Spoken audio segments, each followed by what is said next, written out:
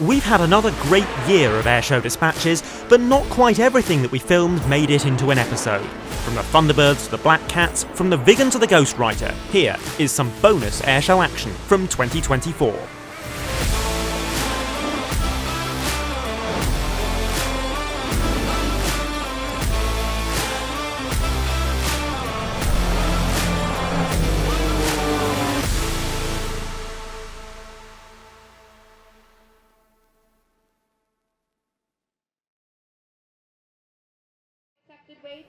Welcome to this bonus episode of Airshow Dispatches.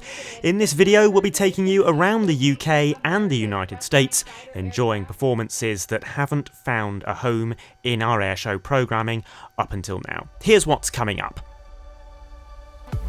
We'll start with some training flights from the Red Arrows among others, then to the Bournemouth Air Festival for the Swedish Air Force Historic Flight, Taranto Formation and the RAF Typhoon. Madisonville, Kentucky next for the Sky Soldiers and the TP-40, and we'll end at Thunder Over the Heartland in Topeka, Kansas for a fantastic show that featured the Thunderbirds, Titan Aerobatic Team Rob Holland, MiG-17 and a night pyrotechnic spectacular. We start in March 2024 at a very cold and windy RAF Waddington watching the Red Arrows. We visited Waddington on the day of the Red Arrows season launch event and they performed a formation flypast with a Folland Nat T1 to mark their 60th anniversary season.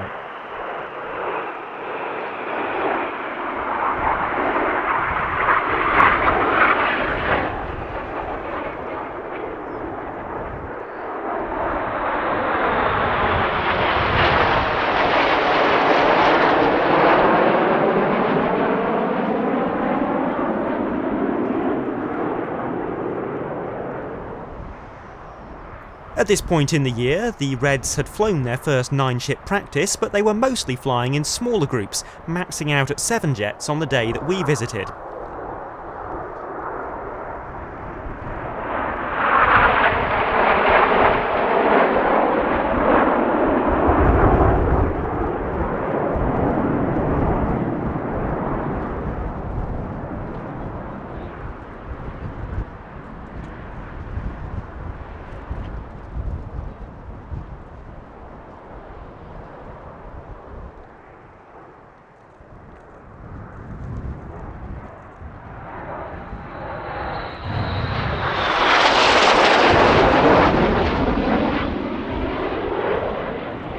This is the manoeuvre that would go on to become the 5-4 cross, a move that was being reinserted into the display in 2024, having not been flown since the 1990s.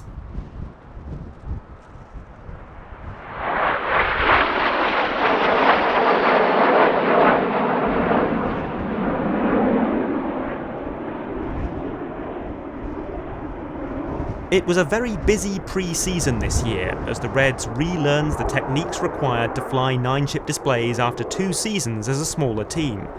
In particular, the roles of Reds 8 and 9 have had to be honed, as they fly some manoeuvres with the synchro pair and others with the lead group of aircraft, Enid, alternating between the two groups frequently throughout the performance. This skill has been allowed to fade over the past couple of years.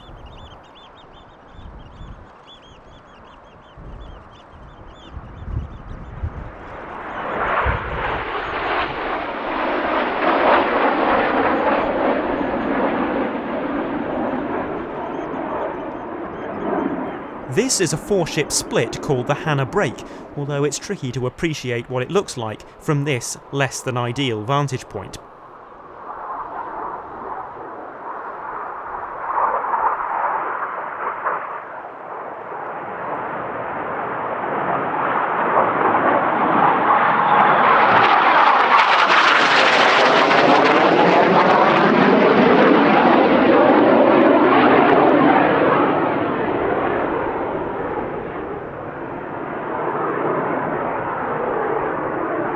We're looking down the runway from Waddington's public viewing area, not a perspective that airshow crowds get to see, and this isn't how the show should look.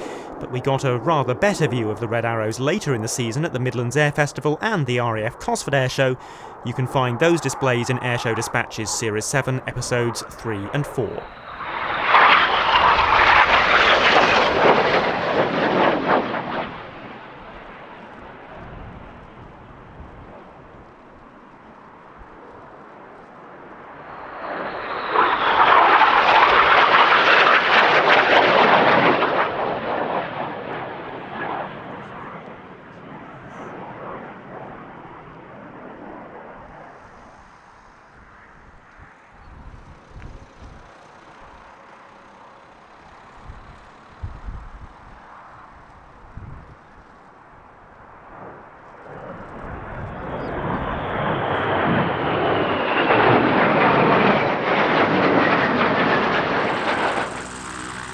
few weeks later, and in rather more pleasant weather, we went to watch the acclaimed airshow pilot Richard Goodwin conducting a practice display for the 2024 season in his jet-powered Pitts S2SE. This was his first practice display of the year, the mission to shake off the rust and try out a potential new manoeuvre. You can see much more of this performance in our episode from Air Legend 2024, that's Series 7, Episode 7.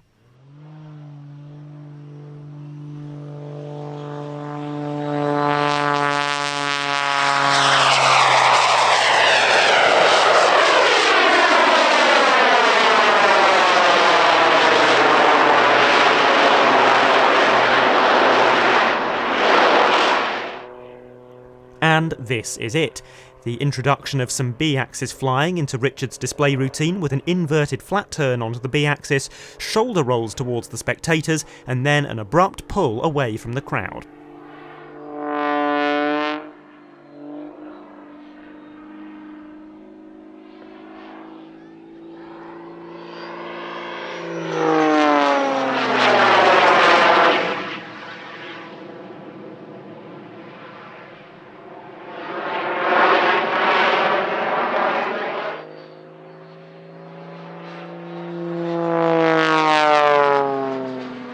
This highly modified aircraft, fitted with 2 Lynx turbojets, is now in its second season on the airshow circuit, and Richard is learning to extract ever more performance out of this aeroplane each time he flies it.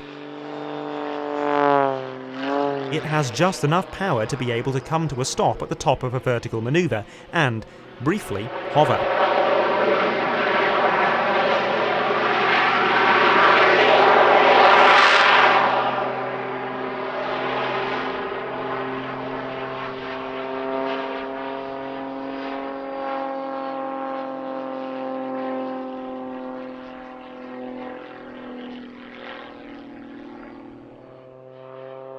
The display ends with a zoom climb of the style we usually see from frontline fighters.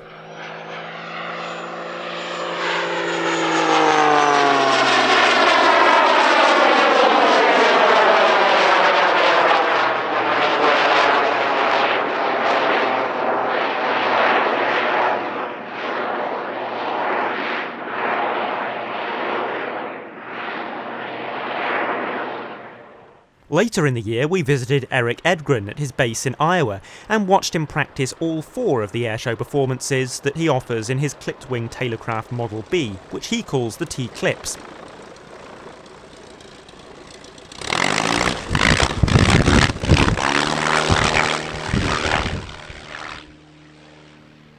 Eric is one of an ever-decreasing number of pilots who are keeping alive the traditional airshow comedy act, in which an unqualified pilot or airshow spectator appears to accidentally take off during the show.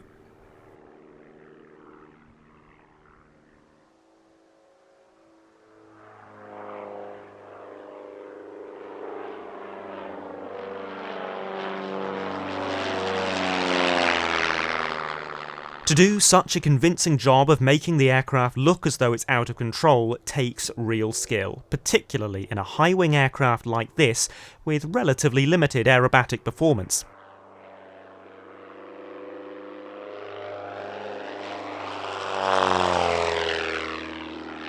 Eric also performs a more conventional airshow routine which proves just what this vintage 1939 aircraft can do in the right hands, and the results are quite surprising.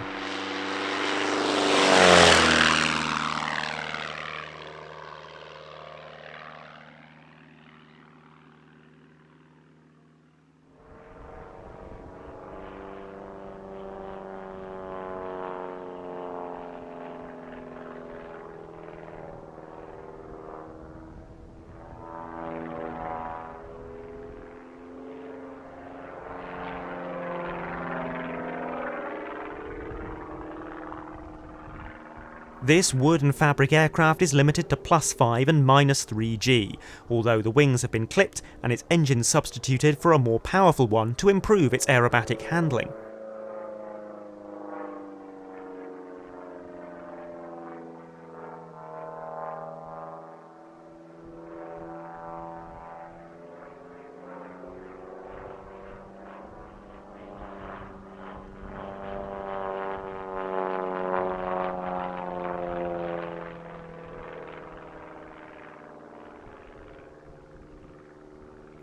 It's probably fair to say that the designers of the Taylorcraft Model B never imagined it would fly manoeuvres such as this.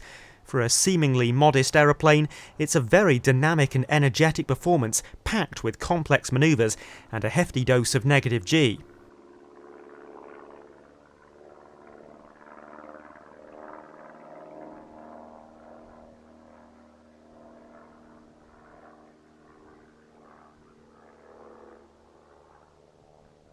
Coming up next, a loop with a snap roll on the top. A real novelty to see this manoeuvre performed in a high-wing aeroplane, but especially one that was built over 80 years ago.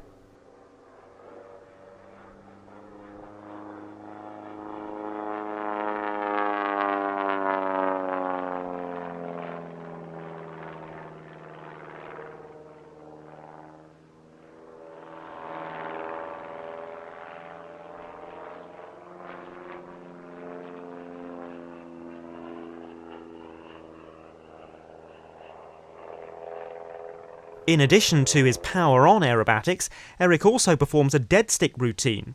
With the engine off, he spins, loops and rolls from 4,000 feet down to ground level. Note there's a different smoke system in use for this display. With the engine turned off, it's impossible to produce the centerline smoke that comes from mixing oil with the hot exhaust. So instead, the aircraft is using smoke bombs on the wingtips, a self-contained smoke system that generates its own heat, ignited electronically via E-matches that can be triggered from the cockpit. Listen to the surprisingly loud sound of the T-clips carving through the air during this performance.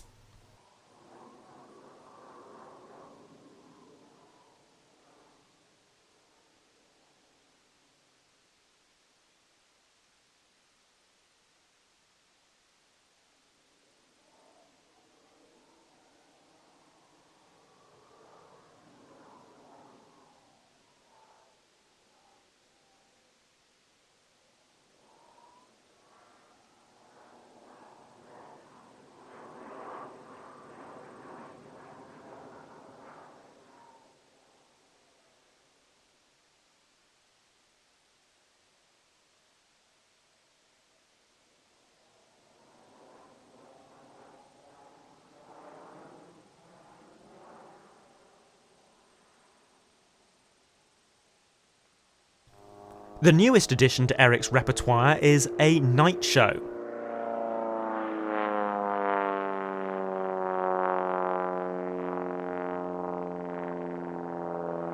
While Eric doesn't use pyrotechnics, the aircraft is festooned with lights, and just like the daytime routines, the flying is remarkably complex.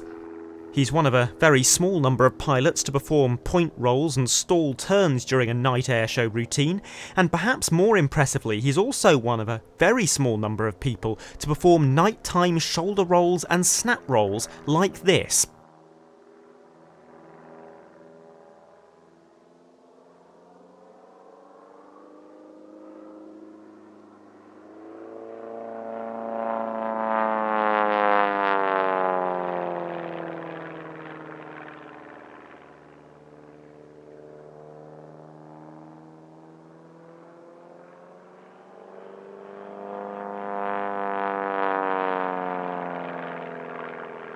To Bournemouth next for the first proper airshow of the episode, the Bournemouth Air Festival. In the absence of the Red Arrows, who were touring Canada at the time of the festival, the organisers sought an alternative headliner and chose this, the Swedish Air Force historic flight.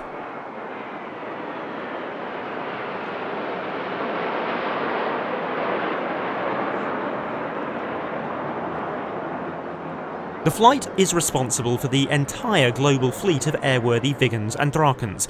They have 2 of each. Both were pioneering aircraft in their day, and the Draken in particular still looks futuristic in the 21st century, despite having first flown way back in 1955.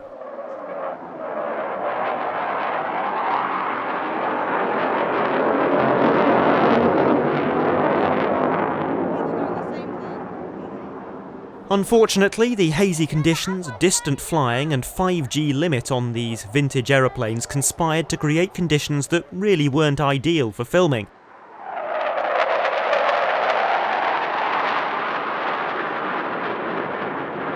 We got a far better look at the Draken at the Midlands Air Festival, and you can see it perform there in episode 3. But this was the only time in 2024 that we were able to enjoy a Viggen display, so we'll take a longer look at it here.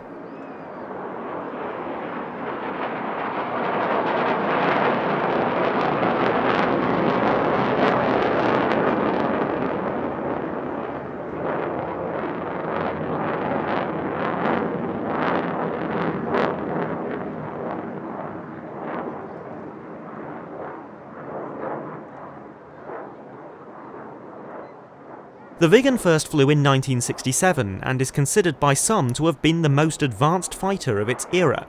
It was the first to incorporate a central computer capable of automating many navigation and weapons-related tasks. It was a system that wouldn't be replicated on any other aircraft for over a decade.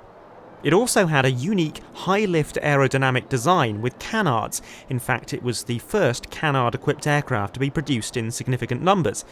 That allowed the Viggen to fly at extremely high altitudes of up to 59,000 feet and to operate from very short runways just 500 metres long.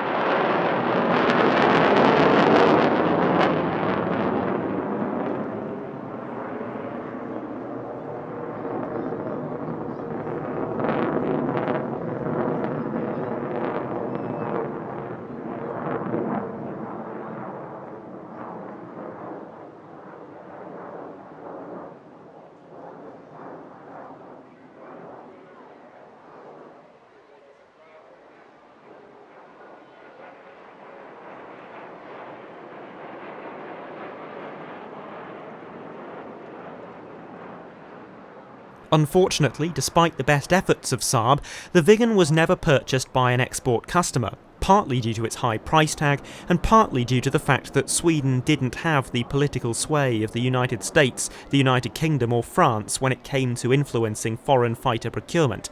But it served for 37 years with the Swedish Air Force in a variety of roles as a fighter, fighter-bomber, maritime patrol and anti-shipping platform, a reconnaissance platform and an interceptor fighter. There was also a two-seat training version, and that's what we see here, with its distinctive double canopy.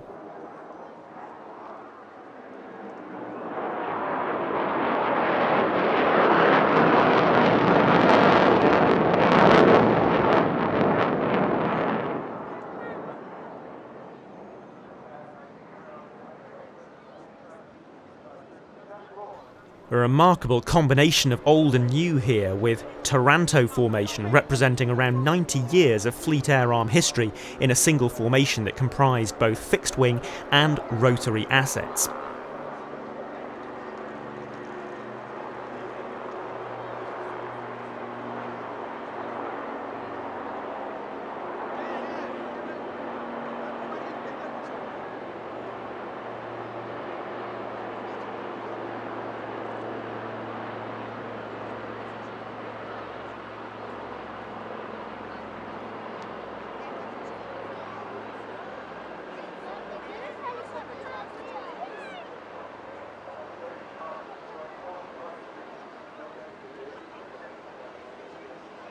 In the lead, the Navy Wings Swordfish Mark I torpedo bomber, Navy Wings Wasp HAS-1 in the slot position, a later generation of anti-submarine and anti-surface warfare aircraft.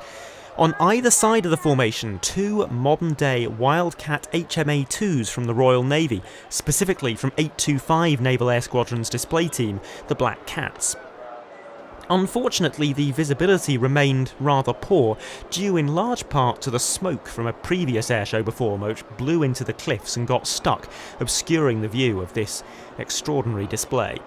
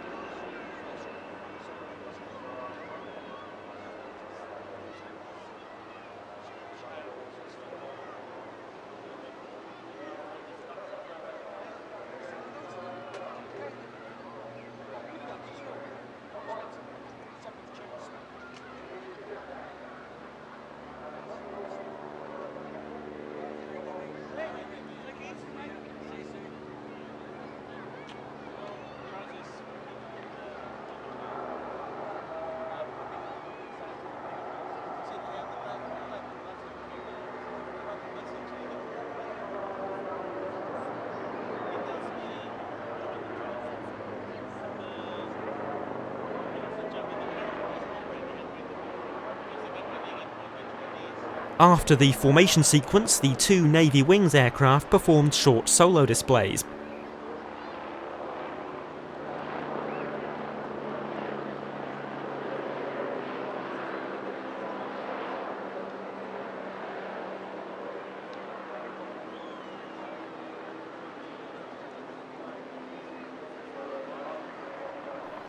The Swordfish in particular has been performing some wonderful solo routines this year, resplendent in newly applied D-Day invasion stripes.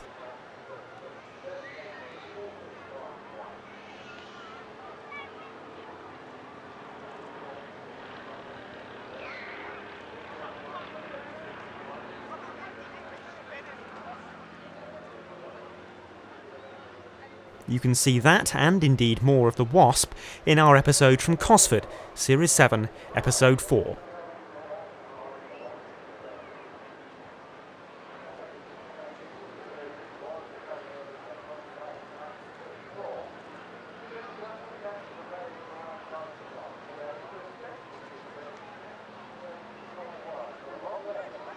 And here come the Black Cats themselves. This is the first time we've featured a two-ship Black Cats display on Airshow Dispatches, and with good reason, because it's returning to the circuit this year after a 7-year hiatus.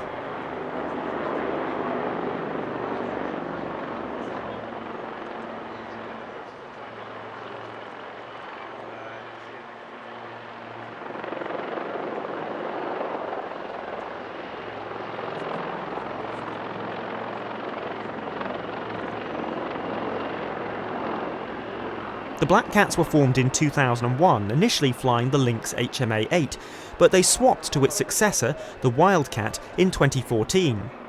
The team was deactivated at the end of the 2016 season due to the high operational tempo of the Wildcat fleet, but resumed flying airshows in 2019 as a solo display.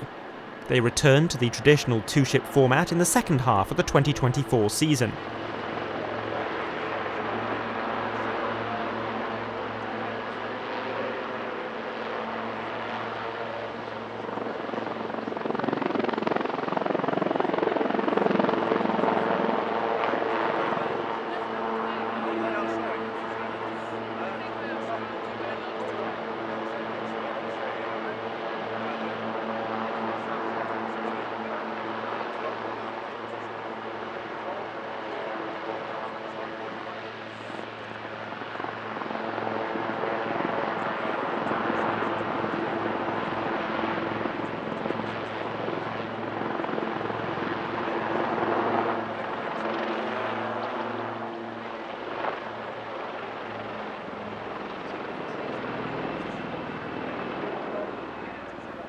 Derived from the Lynx, the Wildcat entered service in 2014 and is the Navy's primary anti-surface warfare helicopter.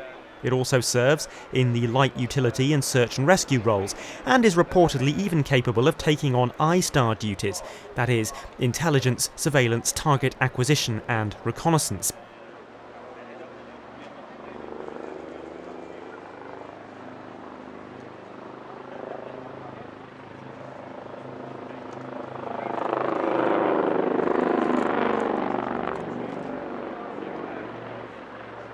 At a glance, it may look like a Lynx, albeit with some extra sensors, but the Wildcat brings a whole new level of capability.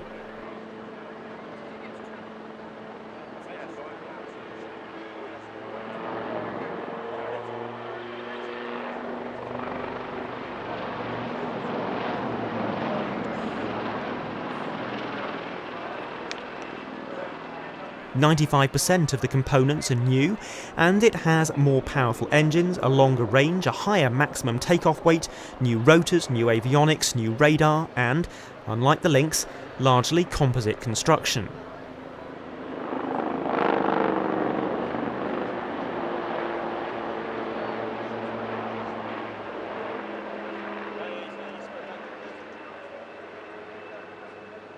More rotary action next, courtesy of the Gazelle Squadron.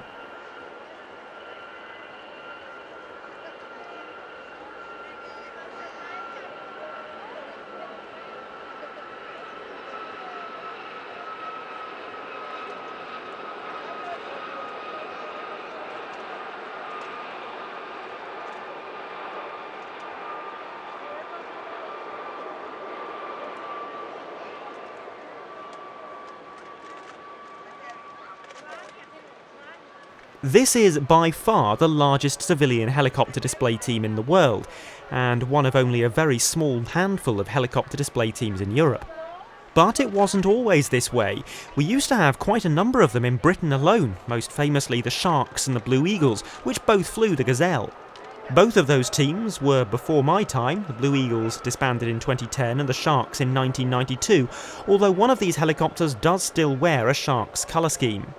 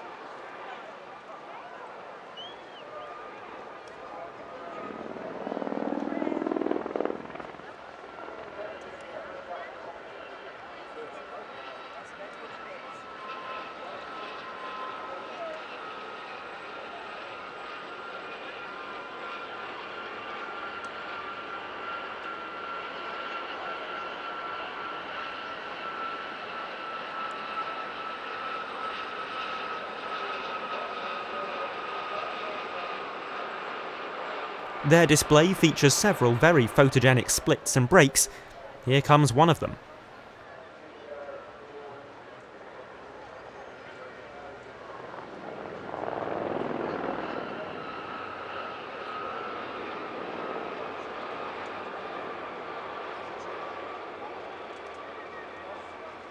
The Gazelle was designed in France to meet the French Army's requirements, but it was operated around the world by almost 30 countries, many of which still fly the type to this day.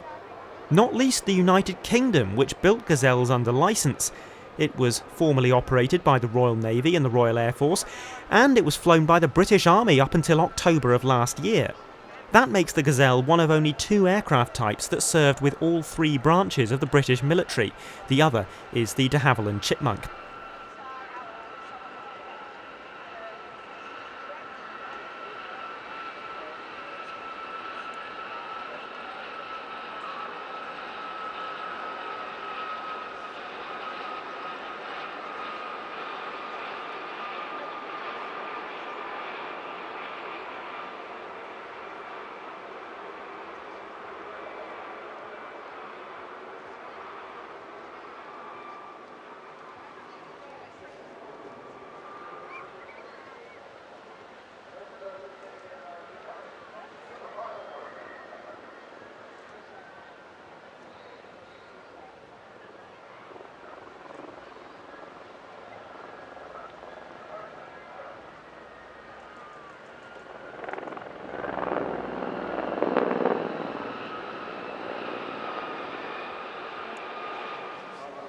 Fixed-wing formation flying now from the Starlings.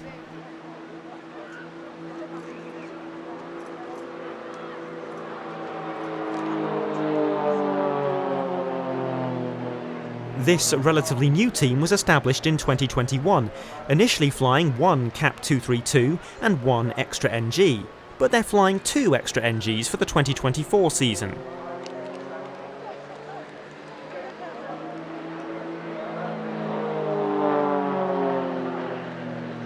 The pilots are Mike Pickin and Tom Cassels, who both formerly flew with the Global Stars, so it should be no surprise to see a significant Global Stars influence in their display. Like the Global Stars, they've adopted a Wi-Fi controlled dotty smoke system, and here they are performing a classic Global Stars manoeuvre, the Looping 270.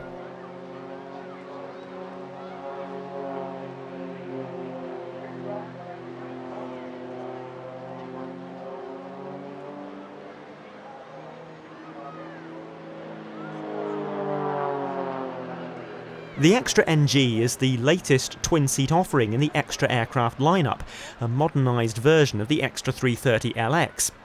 It's the first aerobatic aircraft to feature an all-carbon fibre rigid base frame. Slightly heavier than the single-seat Extra 330 SC, and with a few more creature comforts in the cockpit, the Extra NG doesn't quite have the same handling or power-to-weight ratio as the single-seat counterpart, but it still exhibits remarkable performance, particularly at very low airspeeds.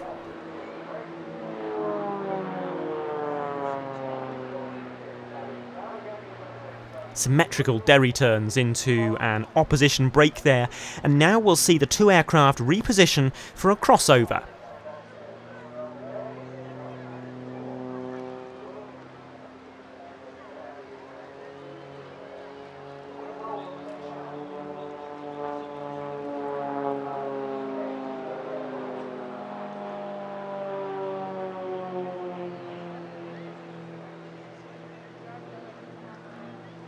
The last display we'll look at from the Bournemouth Air Festival is the RAF Typhoon FGR-4. This year the display jet is painted to represent a Hawker Typhoon used during D-Day.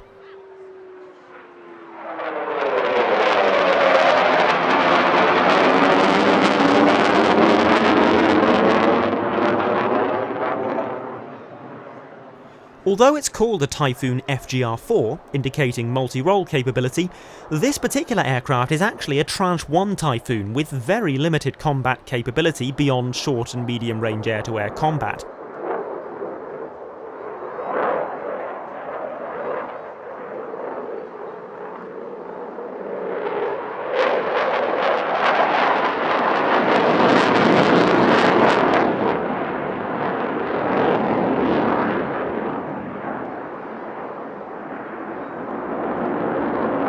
As upgrades have been deemed too expensive, the RAF's Tranche 1 Typhoons have been earmarked for retirement in 2025, meaning we could well be seeing a Tranche 2 or 3 jet being used for the solo display next year for the first time.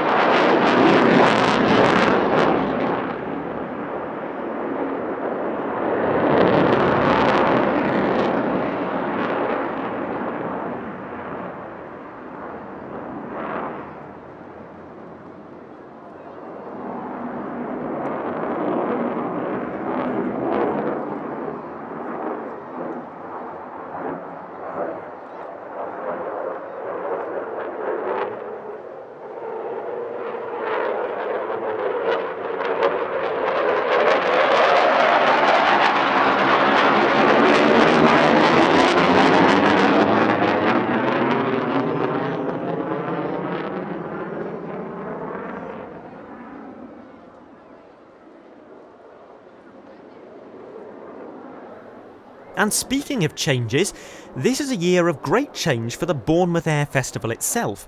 In fact, this could be the very last one.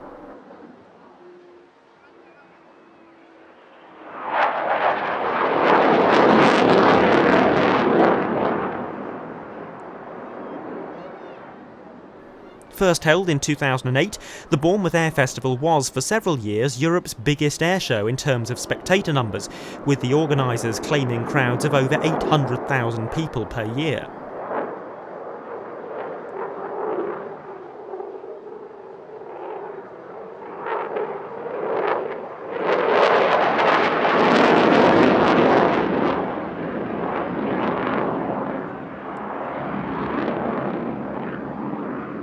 Spectator numbers today have dropped to around half of that, and the flying displays have shrunk considerably.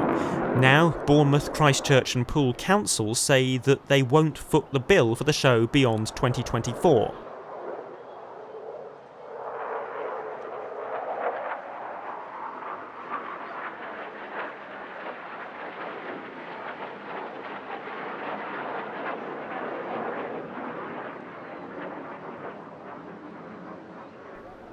There definitely won't be an air festival in Bournemouth in 2025, but there is a possibility that the show returns the following year, being operated by a private company.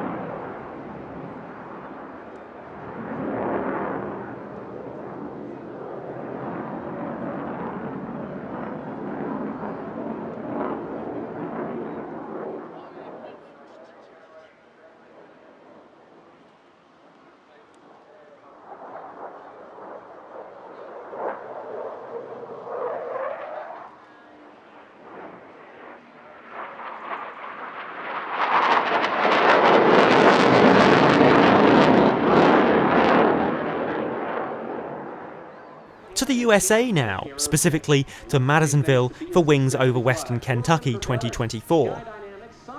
This show is the initiative of the city of Madisonville, and it's free to attend.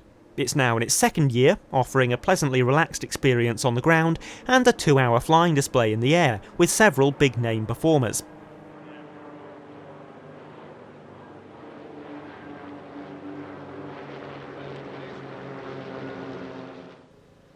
It's thought that this year's edition hosted the first display by a formation team to ever be seen in Madisonville, and history was made by Smoke On Aviation, a Kentucky-based non-aerobatic formation team flying a mix of Vans RV kit planes.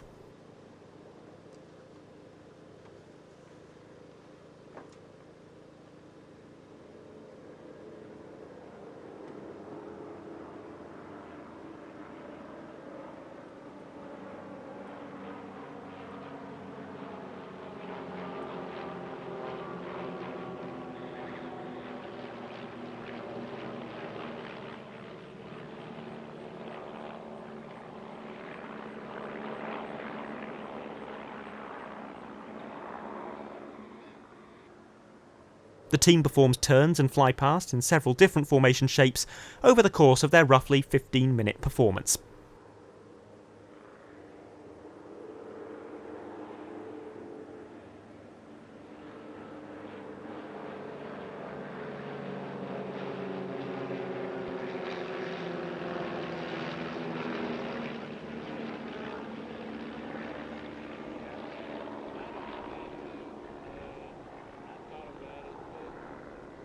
Rotary action was provided by the Sky Soldiers, a veteran-staffed educational organisation that operates a fleet of numerous Vietnam War-era helicopters.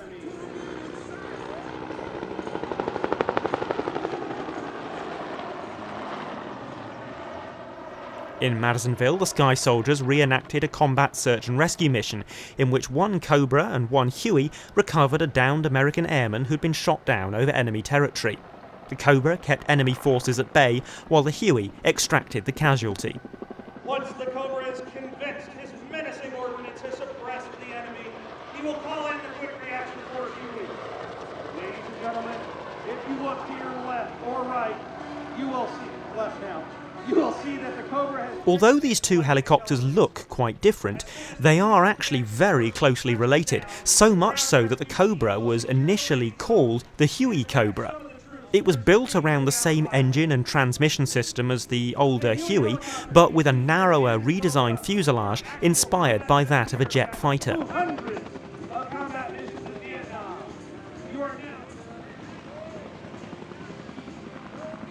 After the Huey lands, the Quick Reaction Force commander swiftly locates the pilot and calls for the extraction. Many times in Vietnam, there was no medevac birds available. Instead, normal Huey air crews flown by pilots as young as 19 and 20 years old who heard the immediate extraction call would fly into the rescue of the downed pilot. Many of those aviation aviators and aircrews received awards and valorous awards for their courageous actions, such as what's demonstrated today. The Cobra design was based so closely on the Huey because the need for a helicopter gunship to support US operations in Vietnam was so urgent that there simply wasn't time to produce a clean sheet design. Nonetheless, it proved to be a highly successful platform, and nearly 60 years on from the Cobra's first flight, modernised variants are still in production today.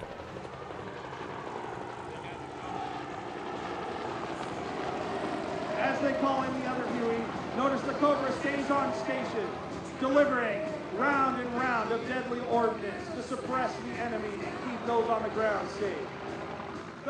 Earlier on, we saw Rich Goodwin in his highly modified jet-powered Pitts S2S. Well, here's a much more standard version flown by Brian Carell.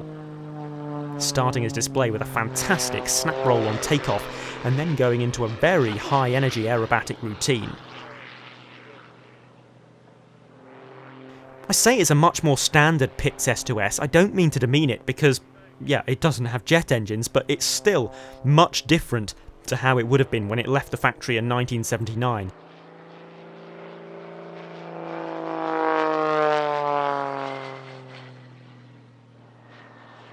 Structural reinforcements to increase its G tolerance, as well as modifications to the engine, airframe, propeller, landing gear, and instruments.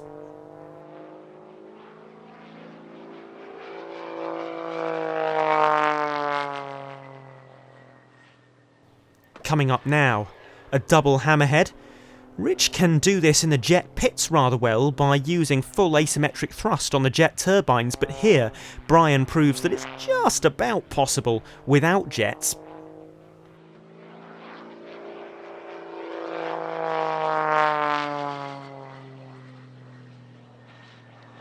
Then, an outside Lomshovac.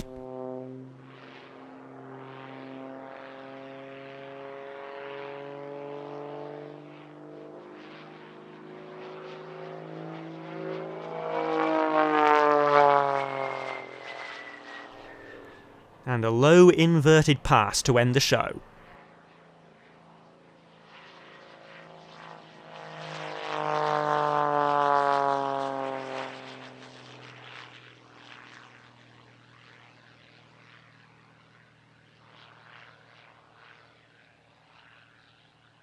The last display we'll look at from Madisonville is from Tom Richard in the TP-40N Warhawk.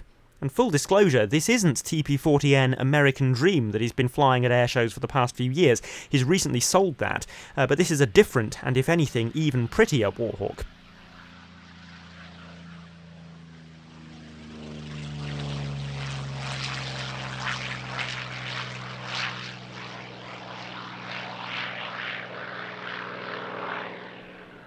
Tom's display includes some very precise aerobatics, here an 8-point hesitation roll.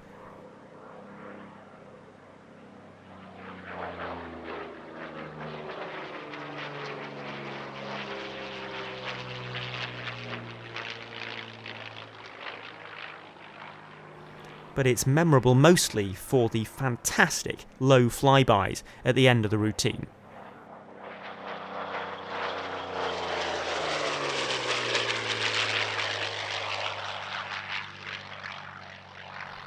Incidentally, Tom plans to host Warbird-themed air shows at his home base in South Carolina, a grass strip called the American Dream Sky Ranch.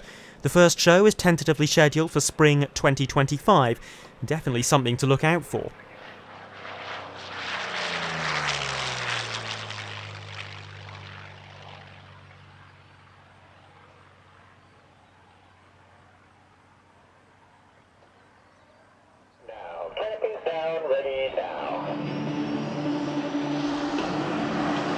On to our final show now, and this time we're in Topeka, Kansas for the second edition of Thunder Over the Heartland.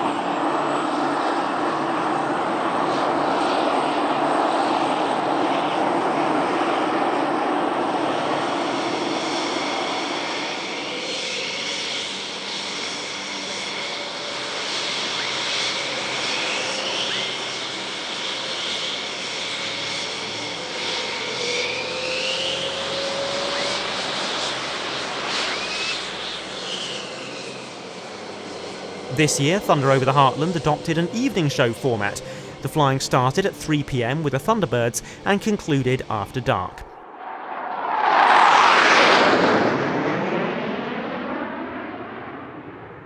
This was the first time the Thunderbirds had displayed in Topeka for 22 years, and what a sight it was to see these 6 F-16s in the air, flying very low and close to the crowd at times.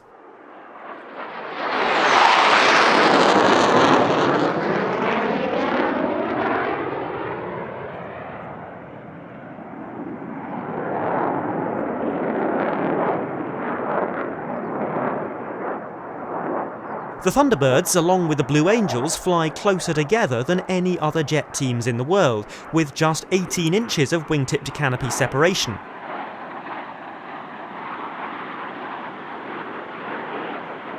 Although, granted, they only do that during gentle non-aerobatic manoeuvres such as this.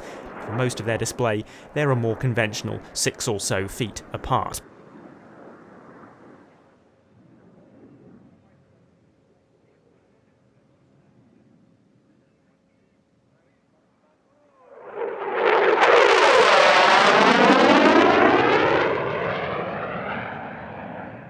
They're flying 6 F-16 CM-52CFs. And what does that mean? Well, it means it's a C-model F-16. The letter M indicates that they've been put through the CCIP avionics consolidation. The 52 means that it's a Block 52 jet with a Pratt & Whitney F100 engine, and the CF indicates conformal fuel tank compatibility, although the US Air Force don't actually use conformal fuel tanks, they instead use centerline tanks, which are easier to install and remove. The Thunderbirds have 13 aircraft at their disposal, 10 C-model single-seaters and 3 twin-seat D-models.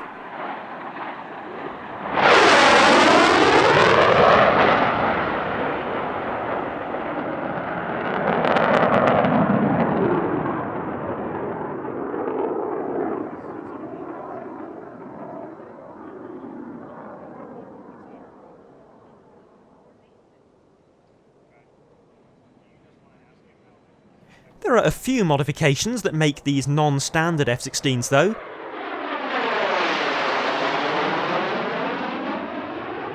The 20mm Gatling gun above the left wing root has been removed and replaced with a smoke oil tank, accompanied by a large weight to preserve the aircraft's weight and balance properties. The weight also helps to pressurise the aircraft's oil system when it's inverted.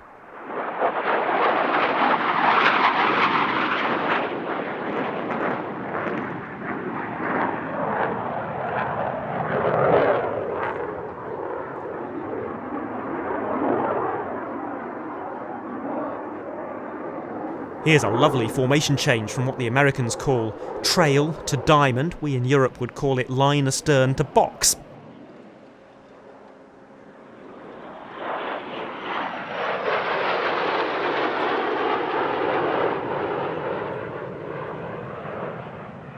Like several other aerobatic teams, the Black Eagles for example, the Thunderbirds put their pandemic downtime in 2020 to very good use and used it as an opportunity to redesign their display sequence for the first time in quite a few years.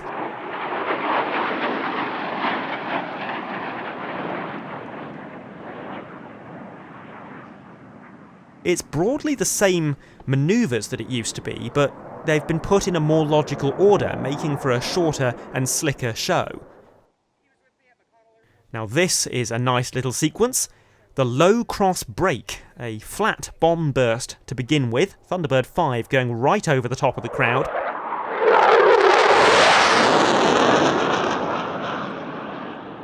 Thunderbirds 1 to 4 scatter to the 4 winds, and then they get turned around to approach show centre.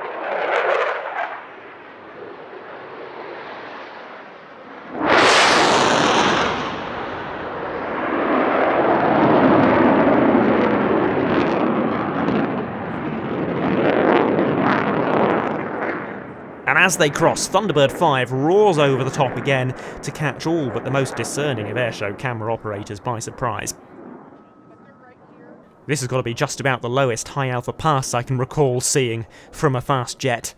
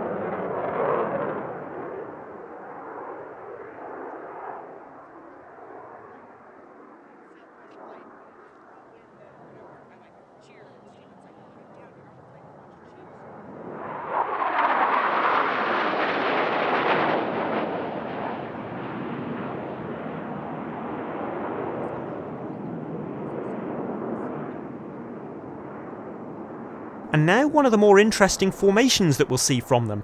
Relative to other teams, the Thunderbirds broadly tend to stick to some pretty basic formation shapes, diamond, delta and trail, but here they are in a rather less conventional shape called card 5.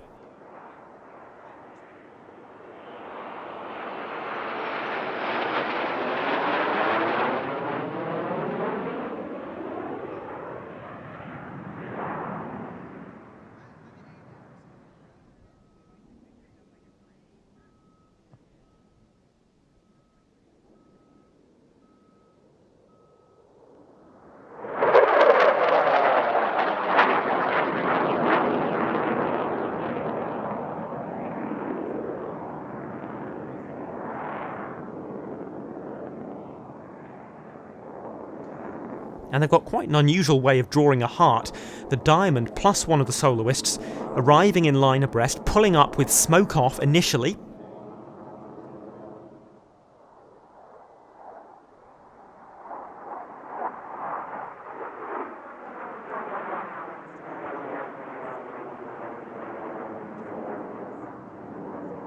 And away goes the soloist as the smoke comes on. Doesn't this look wonderful against a big blue Midwestern sky?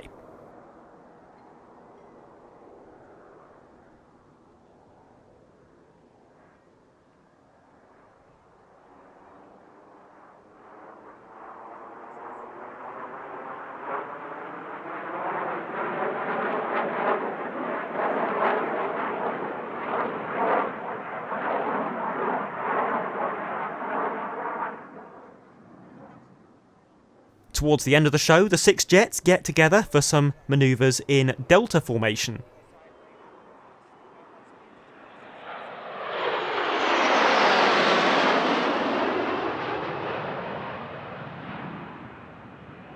Now this section of the display does use an awful lot of airspace, and it takes a lot of time. It takes the Thunderbirds around 1.5 to 2 minutes to reposition between each of these manoeuvres, which is not great compared to other jet teams. So we have cut those repositioning turns out of this film. And that is one disadvantage, I suppose, of using fighters as opposed to trainers. Yeah, fighters look sleeker, they make more noise, but they do want to fly a bit faster, and they have a much bigger turn radius at subsonic speeds. It's carrying them 5 to 10 miles away from show centre during these repositioning manoeuvres, whereas a team flying a similar number of Hawks or Alpha Jets or MB339s will be able to keep the furthest extremities of these turns much closer to the spectators.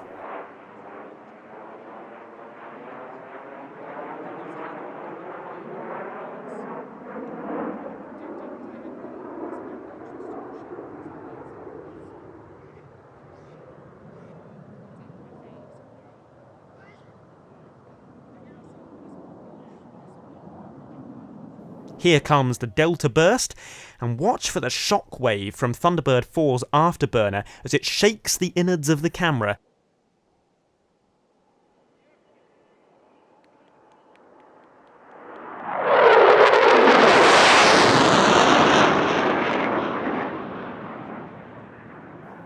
Another couple of opposing passes by Thunderbirds 5 and 6, this time strung together into a single figure, with synchronised split-S repositions at either end of the show line.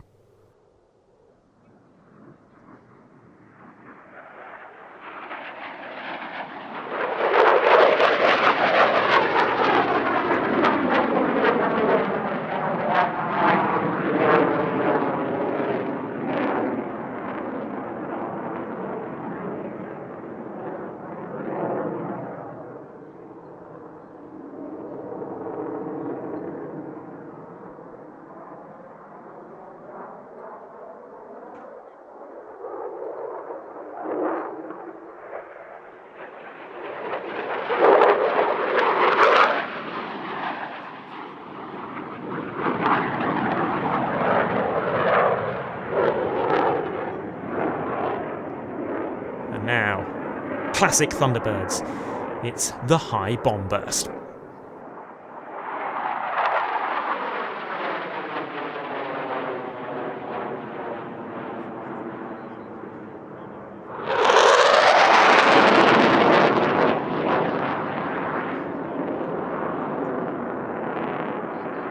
Well, what fantastic conditions in which to watch the Thunderbirds fly.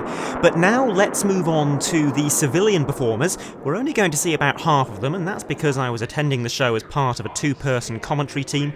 I commentated on about half the acts, Luke Carrico took the other half. I can't do two things at once. I can barely do one thing at once. So I can only show you the handful of acts that I wasn't commentating on. Here, for example, is Nathan Hammond in his highly modified DHC-1 Super Chipmunk.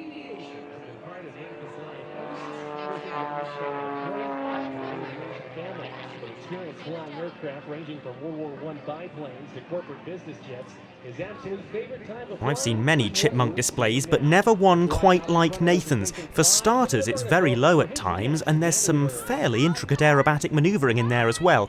Take a look at this loop, for example. The first half of the loop not being flown smoothly, but broken into 4 straight lines.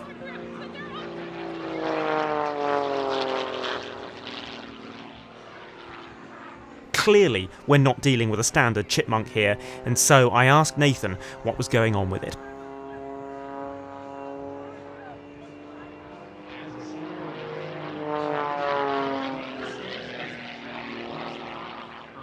In 1986, it was converted into a Super Chipmunk. So we took the wings and we cut about half of the wing off so it would roll faster. We reskinned all of the surfaces, the wings, the fuselage, the tail. Everything got reskinned with heavier materials so it could handle the aerobatics and the looping and the rolling. And then most importantly, we put a whole bunch of horsepower on the front end of it.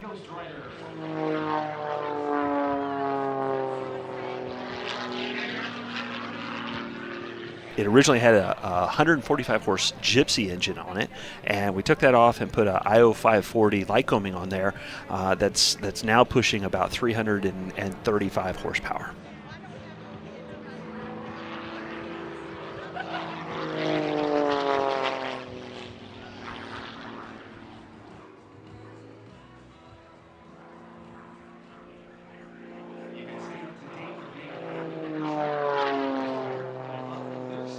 I'm interested to know what the reaction is from other Chipmunk pilots who are probably used to flying straight and level.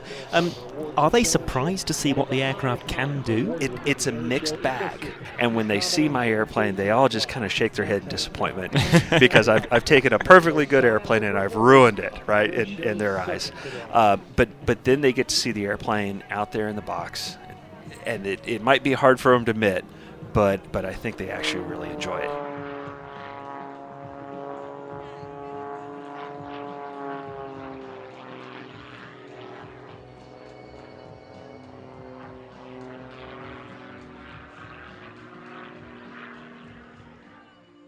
Bob Carlton next in his Foxjet, a one-of-a-kind MDM-1 Fox glider which is new to the airshow circuit in 2024.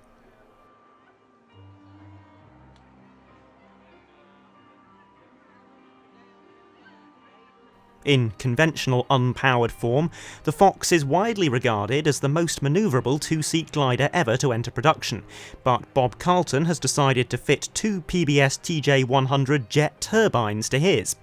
It's the sort of job that's best suited to a highly qualified engineer. Fortunately, Bob is a rocket scientist.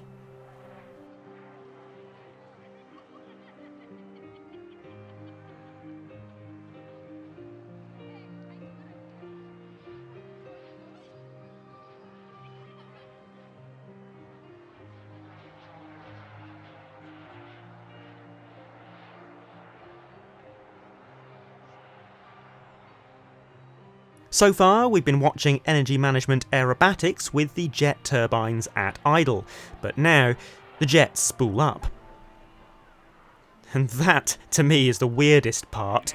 Not the manoeuvrability, not even the noise, but the centerline smoke coming from the engine exhaust on a glider.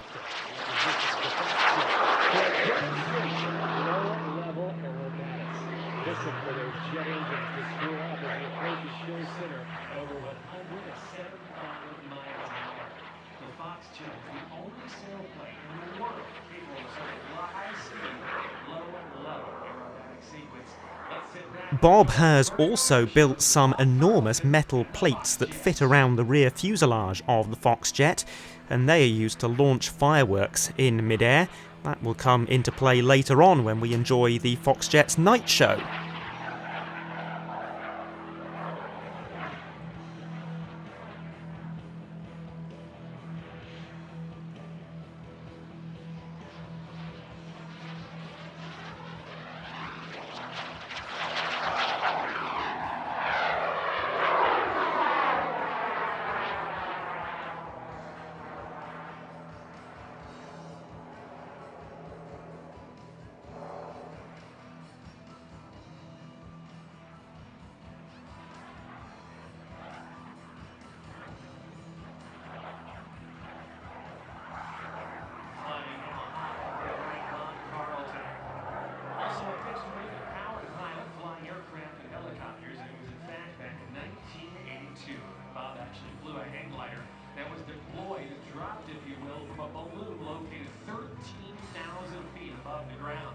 Today, Bob has been flying for 40-plus years as the 2015 recipient of the Bill Barber Award for showmanship.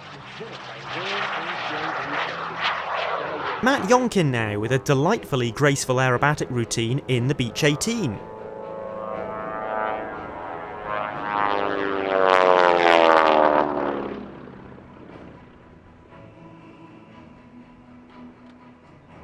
Developed in the 1930s, many thousands of Beech 18s were built as feeder airliners, cargo haulers, military transport aircraft, and as trainers for bomber pilots and bombardiers, among numerous other specialised versions. In fact, the Beech 18 remained in production until 1970, a 33-year production run that started when most of the world's air forces still flew biplanes and ended in the era of long-haul jet airliners and fighters that could fly at twice the speed of sound.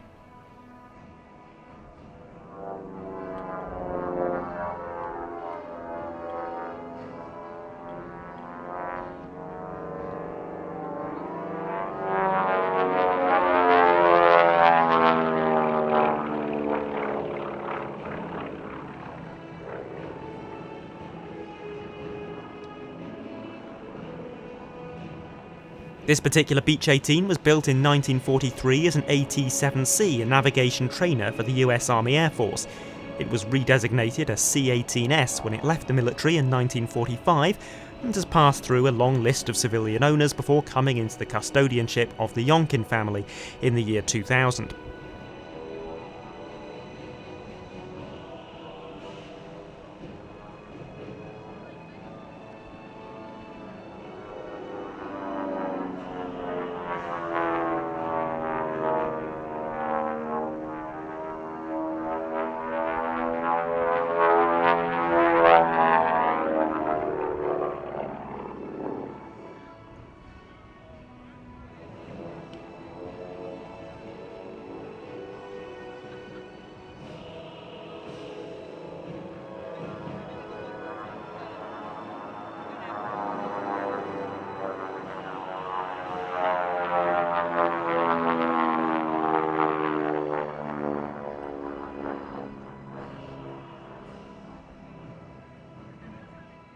Next up, the Titan Aerobatic Team, and if the name doesn't sound familiar, then perhaps the name Aeroshell Aerobatic Team will. It's the same team, they had a change of title sponsor about a year ago.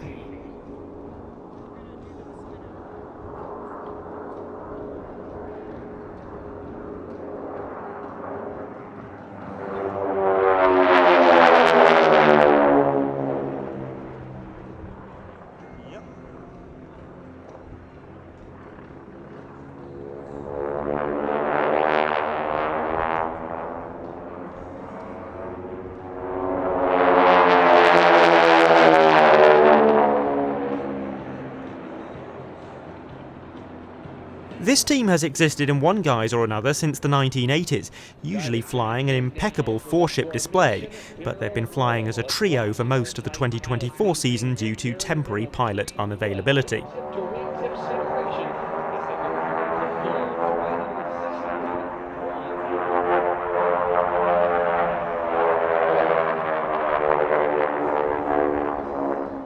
They fly the AT-6 Texan, with AT standing for Advanced Trainer.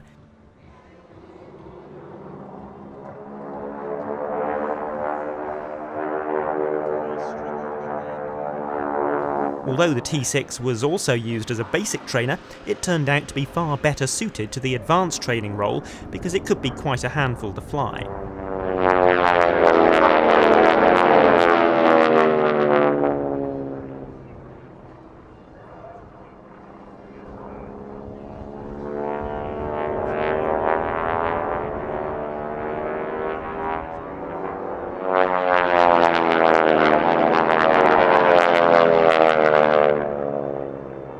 The distinctive rasping sound is not generated by the engine, but by the propeller, as the tips of the propeller blades go supersonic at a high RPM.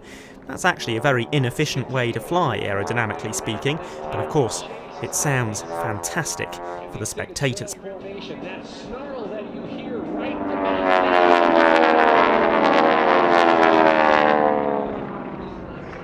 We'll see more of the Titan Aerobatic Team later as part of the night show.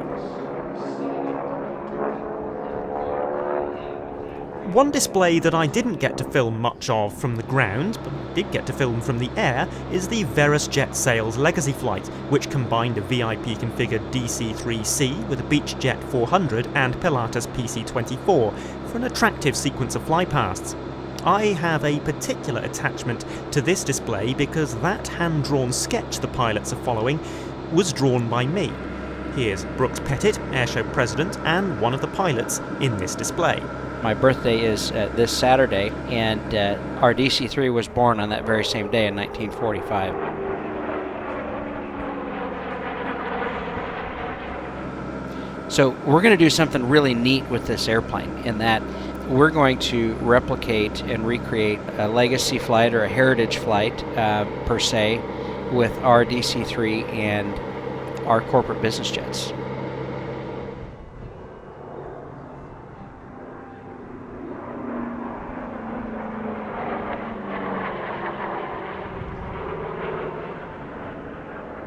It's worth mentioning that that is a one-off airshow act that won't be seen at any other show this year, and that gives me a real buzz as an airshow regular, seeing something that is completely novel. It should be a really neat thing.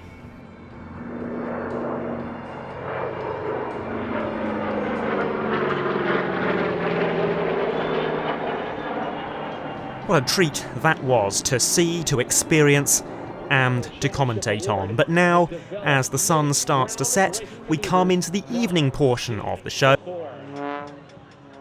a series of tumbles high and to our left. This airplane, a custom-built,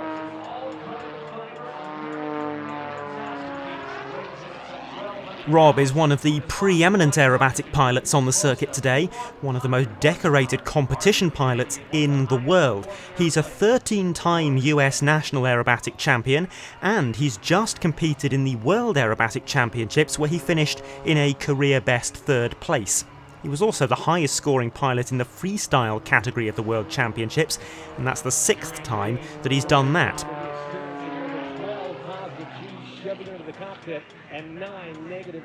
Rob does so well in the freestyle category because that is the category that rewards inventiveness, and Rob has invented quite a few aerobatic manoeuvres over the years, the inverted frisbee, the forward endo, and others.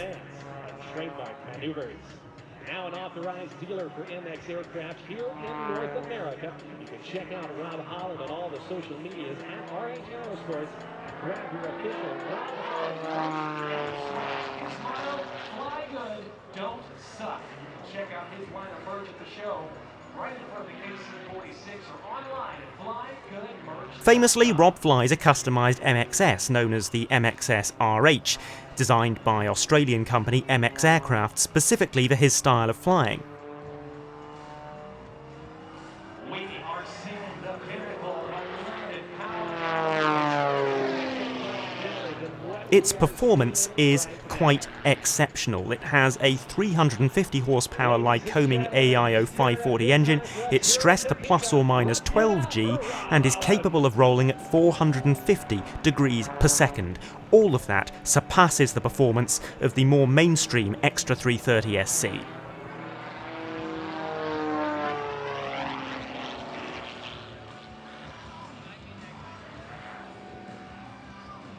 Here is an inverted frisbee.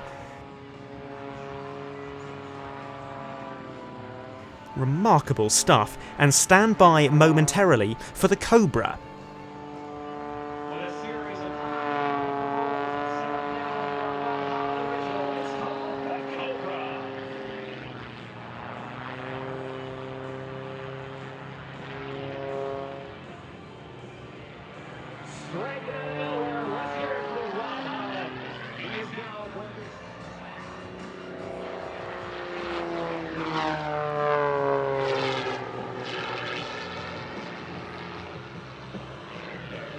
Now a manoeuvre first flown by aerobatic pioneer Leo Laudenslager.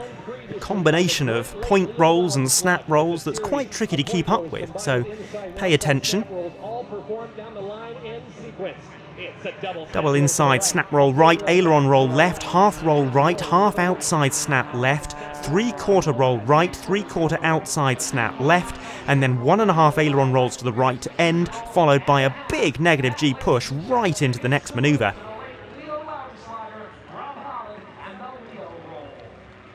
And that's gotta hurt.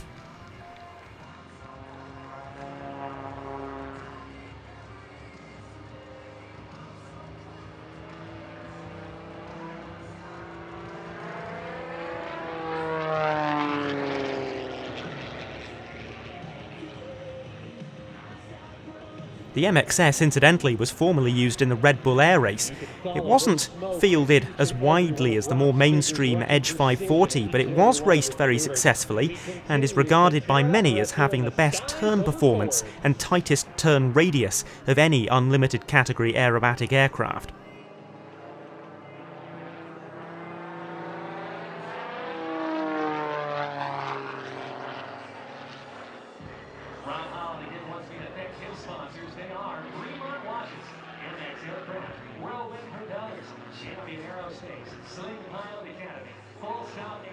It's getting quite dark now as Michael Turfer takes centre stage with the MiG-17F.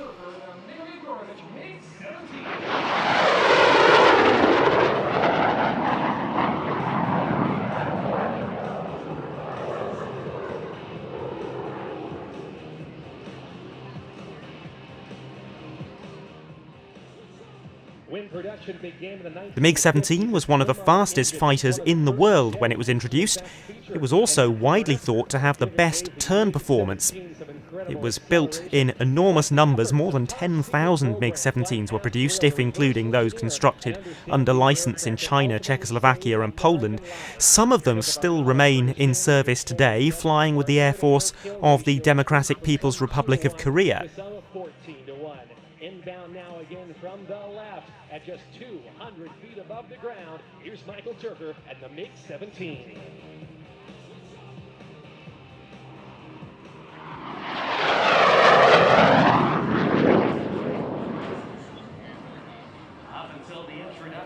It was, effectively, an improved version of the MiG-15 fitted with a Klimov VK-1 engine, a Russian reverse-engineered version of the Rolls-Royce Nene, which was fitted with a crude afterburner. That afterburner roughly doubled the MiG-17's rate of climb.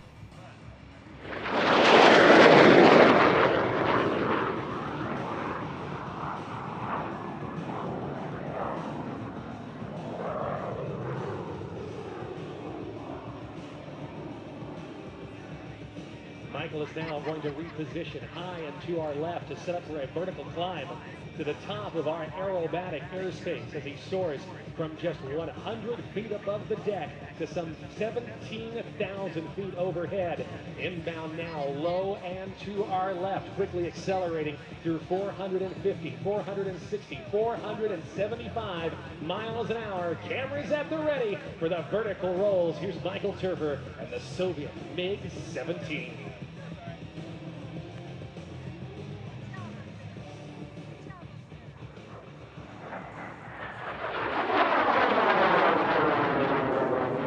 Now the return of the Titan Aerobatic Team, and later Bob Carlton in the Foxjet. And as we watch these performances, back to Brooks Pettit as he talked about why they chose a night show format for this event.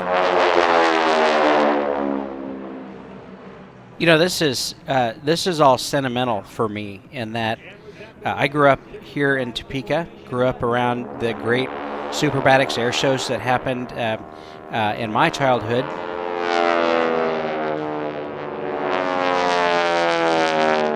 My dad was very instrumental in producing the superbatics air shows as a fundraiser for the Combat Air Museum. The Combat Air Museum is still here, still exists here at Forbes Field.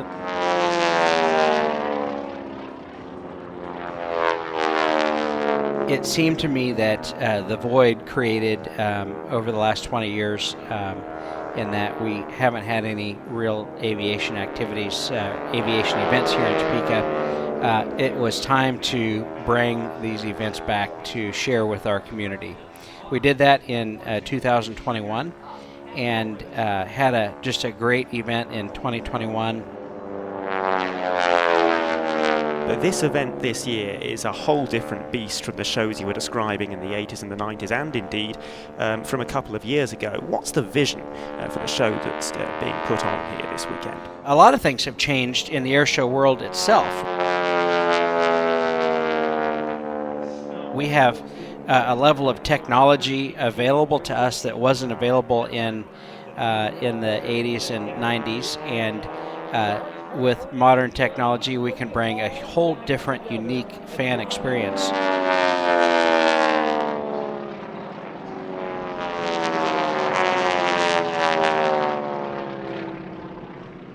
We've talked a lot about setting this air show apart as something that is an aviation entertainment experience that stands out in the ranks of air shows around the country. Great sound, great music, great visuals, great performances. And the night show is something that we've not ever done here in our community. It's the first time ever, and it's a very unique experience in that we don't do those, you don't see night shows much around the country.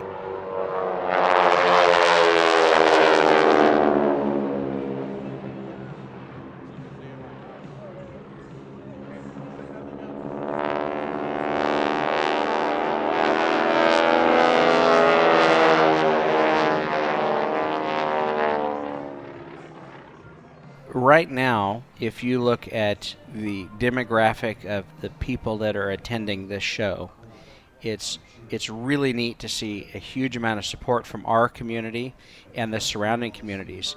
But I have been absolutely blown away by the number of people who are traveling here. We have people from all four corners of our country that are attending this air show, but more specifically, we have patrons coming from Japan and Dubai to attend the show. Of course, you have joined us from the UK. We're very honored to have you here to help us with this event. But from a spectatorship standpoint, this event will grow to become one of the nation's sought-after air shows. That's our goal, so that people travel in from outside of our community. This is a destination air show.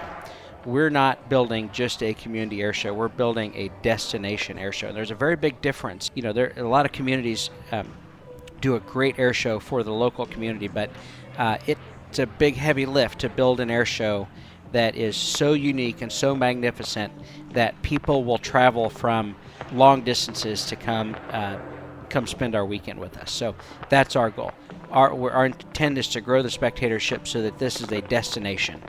And you only get to do that by producing world-class content. It's a mouth-watering lineup. I think the night show, as you mentioned, is going to blow people away if they haven't seen one before, and indeed if they have, because this is a night show with a difference, and the finale with the fireworks and some other surprises that we won't spoil.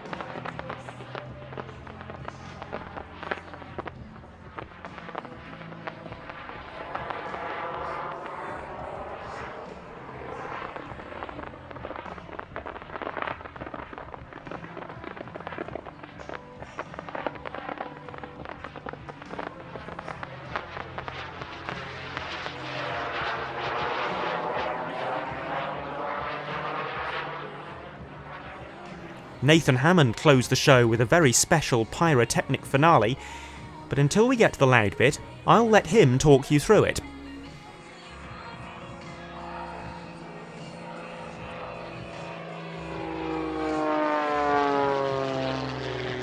We take this airplane and we bolt pyrotechnics onto the airplane.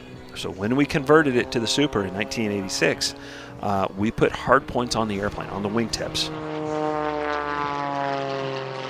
Special wiring and circuitry inside the airplane so that we can actually load pyrotechnic devices onto the wings, about 200 pounds of pyro, 100 pounds per side.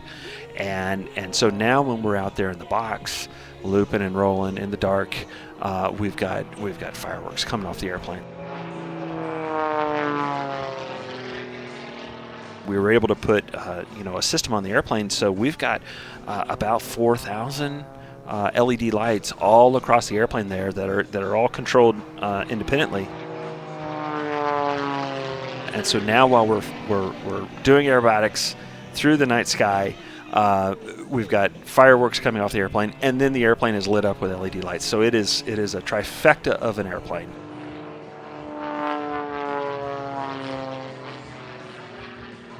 And of course, what a lot of people won't realise is that there's a huge amount of work involved in preparing the aircraft for those nighttime pyrotechnic displays. And if you were to break things down on a basis of time spent preparing the aircraft to time spent actually in the aerobatic box, you probably have the highest work to display ratio of any of the items that we're going to see here this weekend. Absolutely. For our nighttime air show, it's about 7 hours of labor for 4.5 minutes of pyrotechnics. There's a lot of labor that goes into that.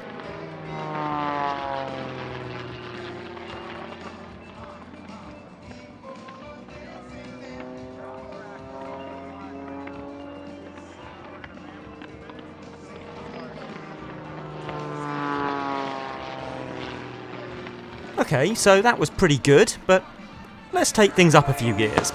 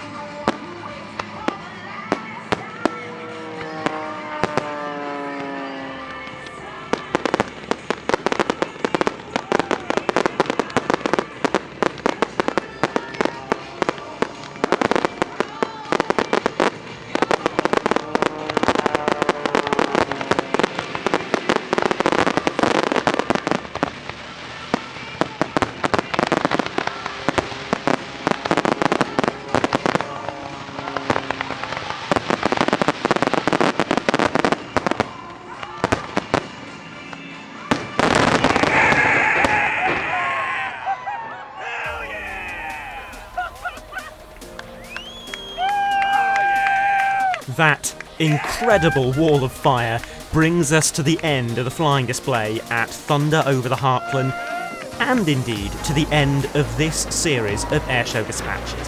9 episodes, 12 air shows, 6 countries. It's been quite a year.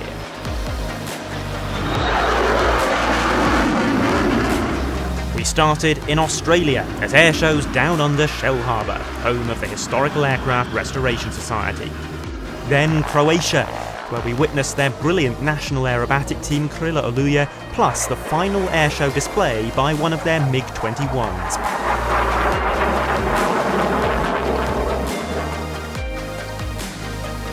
Ragley Hall next for the delightful Midlands Air Festival, starring the DC-6 and the Saab Draken. Cosford Airshow was on strong form this year with Couteau Delta from France and the debuts of new Chinook and F-35 roll demonstrations from the Royal Air Force. Then we journeyed to Canada to mark the centenary of the Royal Canadian Air Force at the Quinte International Airshow. The Shuttleworth Family Airshow provided some of our favourite moments of the year, not least from the Lancaster and Spitfire 14.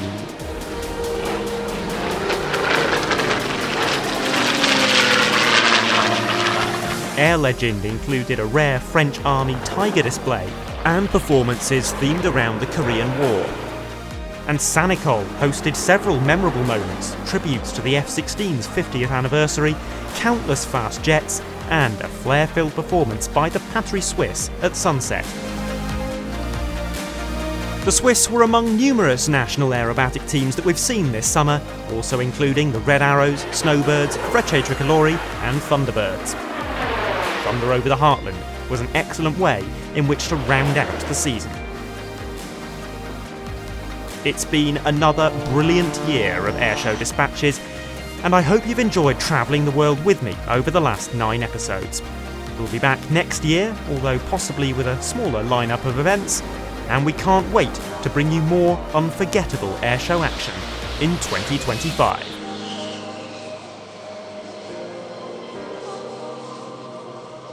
Thank you, as always, for joining us, and from me, Adam Landau, goodbye for now.